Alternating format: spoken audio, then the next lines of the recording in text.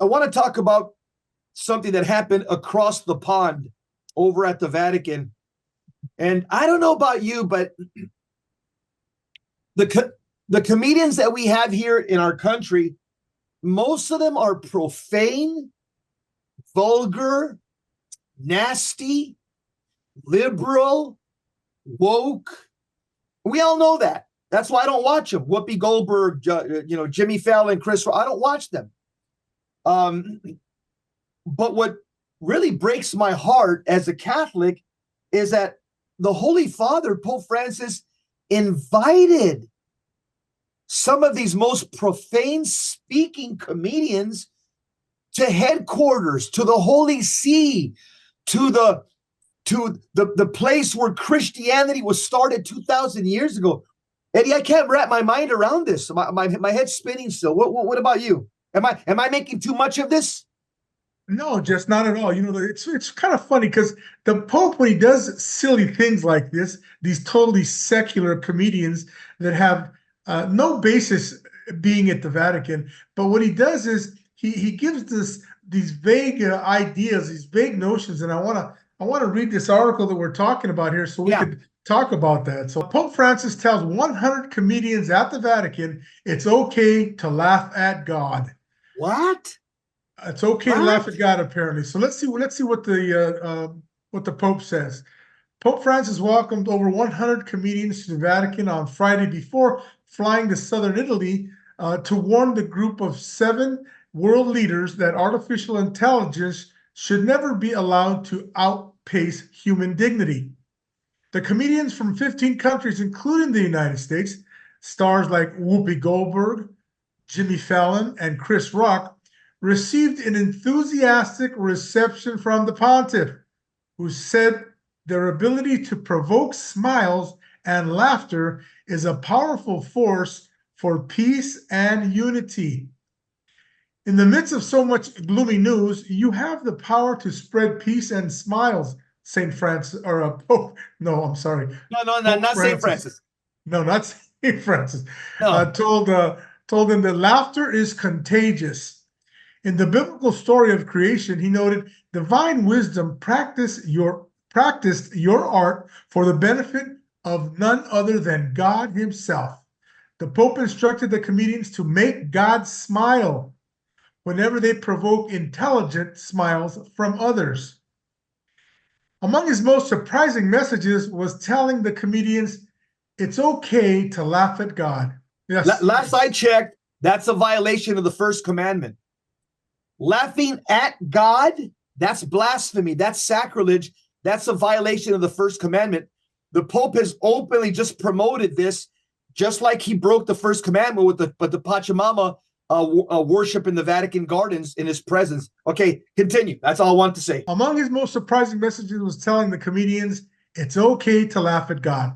Following the lighthearted audience, Francis swiftly transitioned to heavy issues during the first ever papal address to a G7 summit. He implored leaders of the world's wealthiest democracies to ensure artificial intelligence remains firmly under human control. Why is he even talking about that? Why doesn't he talk to them about repentance, Jesus, prayer, sanctifying grace, death, judgment, heaven and hell? Why is he talking about artificial intelligence? He's not an expert in that. And who cares about that? Let these eggheads, kill themselves with their own artificial intelligence. We should be talking about how to get to heaven. There's no faith in morals there, Jess. Anyway, no machine should ever choose to take the life of a human being. Francis warned the heads of state government and local government. We would condemn humanity to a future without hope if we took away people's ability to make decisions about themselves and their lives by dooming them to depend on the choices of machines. The 87-year-old arrived at the summit site in a wheelchair due to his mobility struggles from his advanced age and knee problems. But he moved swiftly around the G7 leaders' substantial oval table, embracing them warmly. Pope Francis said AI represents an epical transformation that requires rigorous ethical oversight to safeguard human existence and dignity. He cautioned that if algorithms become too powerful, we would lose something precious, the ability to know and decide who we are.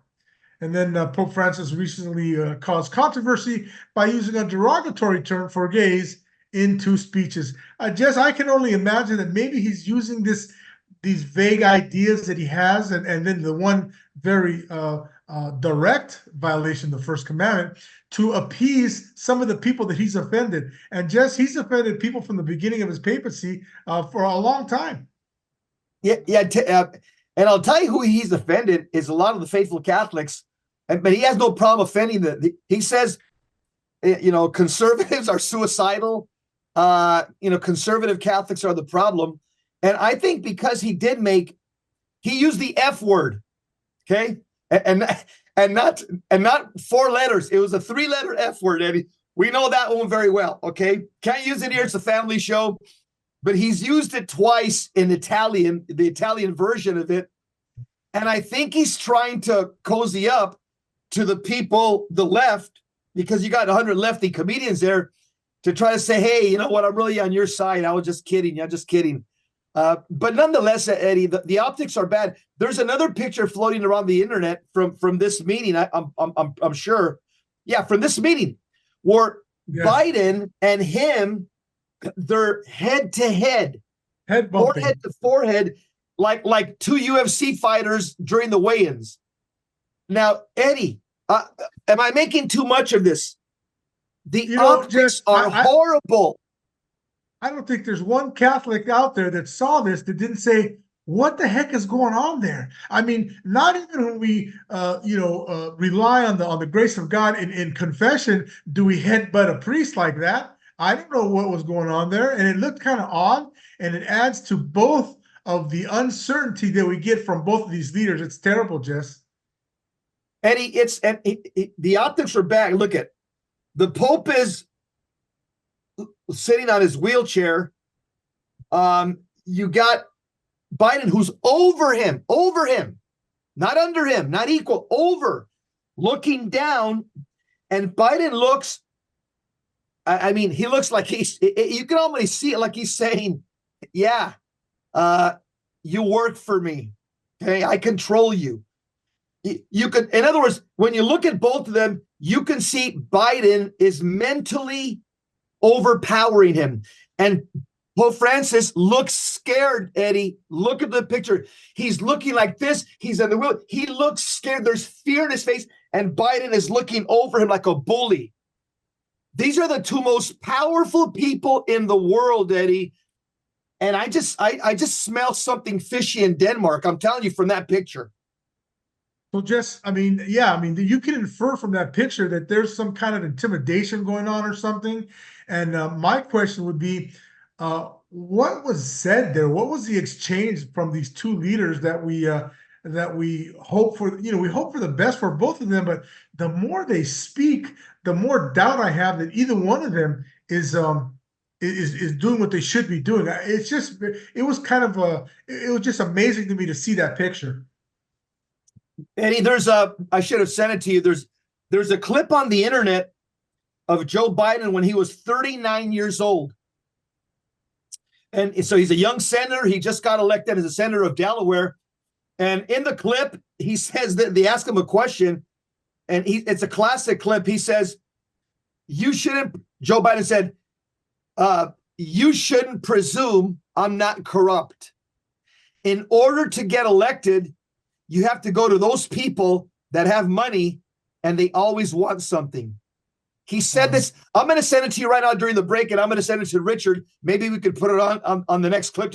It's just 30 seconds, but it shows you Biden has been corrupt for 50 years, Eddie. Just all politics aside, Republican, Democrat, Independent, whatever you are, you have to understand that there's evidence that comes out that's showing the Biden family, the whole Biden family, has this corruptness to it that I sure hope that we're wrong on that, Jess, because if we're not, if the country's wrong on Biden, we elected a corrupt, indigent guy who doesn't belong in that office, in the office of the president. I mean, that's what we have to conclude if we're correct on that.